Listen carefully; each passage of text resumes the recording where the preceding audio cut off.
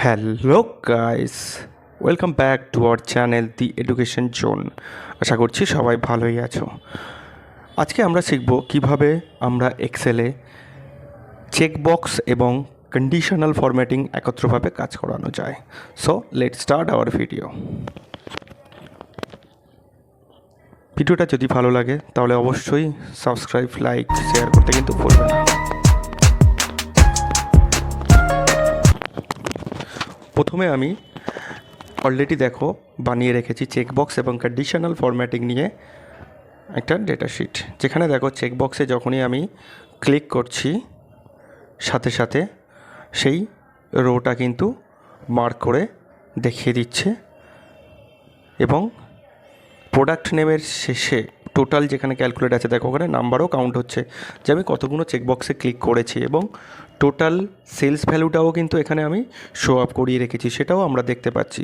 So কিভাবে আমরা এই কন্ডিশনাল ফরম্যাটিং উইথ চেকবক্স নিয়ে কাজ করেছি সেটা তোমাদেরকে দেখাচ্ছি। তার জন্য আমরা কি করলাম, হেডিংটাকে কপি করে নিলাম, নেক্সট সিটে আমরা ওটাকে পেস্ট করলাম। পেস্ট করার পর একটু অ্যাডজাস্ট করে নেব আমরা। অ্যাডজাস্ট করার পর আবার আমরা সিট ওয়ানে গেলাম, আমরা পুরো সিলেকশন করে নিলাম এবং আমরা কপি করার পরে পেস্ট স্পেশালে যাব। সরি, এটা প্রথম থেকে হয়ে গেল। আমরা নেক্সট সেলে ক্লিক করে পেস্ট স্পেশালে যাব, যাওয়ার পরে আমরা ভ্যালু করে ওকে করব। ঠিক আছে, দেন পুরো শিটটা এখানে কপি হয়ে গেছে। আমরা এটাকে অল বর্ডার করে দিলাম, দেওয়ার পরে নিচের রোটাকেও একটু কালার ফিল করে দিলাম এবং টেক্সট কালার আমরা হোয়াইট রাখবো। তার আগে টোটালটা লিখে নিলাম এবং সিলেকশন করে একটু বড় করলাম, টেক্সট কালারটাকে হোয়াইট করে দিলাম যাতে ফরম্যাটিংটা হেডিং এবং বটম সেম থাকে। তো এবারে কি করছি, আমরা একটু অ্যাডজাস্ট করে একটু বড় করে নিলাম, ফন্ট সাইজগুলো বোল্ড করলাম। এর আগে আমি চাইছি রুপিস অ্যাড থাকবে, তার জন্য সিলেকশন করে Ctrl+1 অথবা রাইট ক্লিক করে ফরম্যাট সেল, এখানে আমরা লিখছি ডাবল ইনভাইটেডের মধ্যে রুপিস লিখলাম, আবার ডাবল ইনভাইটেড ক্লোজ করে হ্যাচ দিয়ে ওকে করলাম। দেখো প্রত্যেকটা নাম্বারের আগে বা ভ্যালুর আগে কিন্তু রুপিস অ্যাড হয়ে গেল। এবারে কি করছি, আমরা ডেভেলপার থেকে আমরা চেকবক্সে ক্লিক করছি। তো এই চেকবক্স বা ডেভেলপার অপশান যদি আপনাদের না থাকে তাহলে কোথায় যেতে হবে, এক্সেল অপশানে যাওয়ার পরে কাস্টমাইজ রিবন, ওখান থেকে দেখব ডেভেলপার যে আইকনটা আছে ওখানে ক্লিক আছে কিনা। তো ক্লিক আছে আমাদের, যার জন্য ডেভেলপার অপশান আমরা এখানে দেখতে পাচ্ছি। তো আমরা এখানে চেকবক্সে গেলাম, চেকবক্স আমরা ড্রয়িং করলাম, ড্রয়িং করার পরে আমরা কার্সার রাখলাম চেকবক্সের মধ্যে এবং ডিলিট প্রেস করে টেক্সটটাকে ইরেজ করে দিলাম, একটু অ্যাডজাস্ট করে নিলাম চেকবক্সটা। এবারে আমরা কি করছি, ড্র্যাগ করছি, পুরো সেলগুলোতে আমরা চেকবক্স ফিল করে দিলাম। ওকে, এবারে আমরা কি করছি, দেখো যখনই চেকবক্স ফিল করেছি এরপর রাইট ক্লিক করলাম, ফরম্যাট, কন্ট্রোলে ক্লিক করলাম, জাস্ট সেলের ঠিক বাম দিকে ক্লিক করলাম। সো এই একইভাবে আমাদের প্রত্যেকটা সেলের উপরে রাইট ক্লিক করছি এবং সেল ভ্যালুটাকে নিয়ে নিলাম, রাইট ক্লিক করলাম, সেল লিঙ্কটাকে নিয়ে নিলাম, আবার রাইট ক্লিক করলাম। এই একইভাবে সবগুলো কিন্তু আমাদের করে নিতে হবে।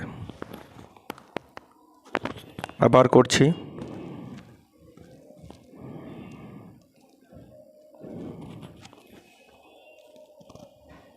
একটু সময় লাগবে কিন্তু এটা আমাদের করে নিতে হবে।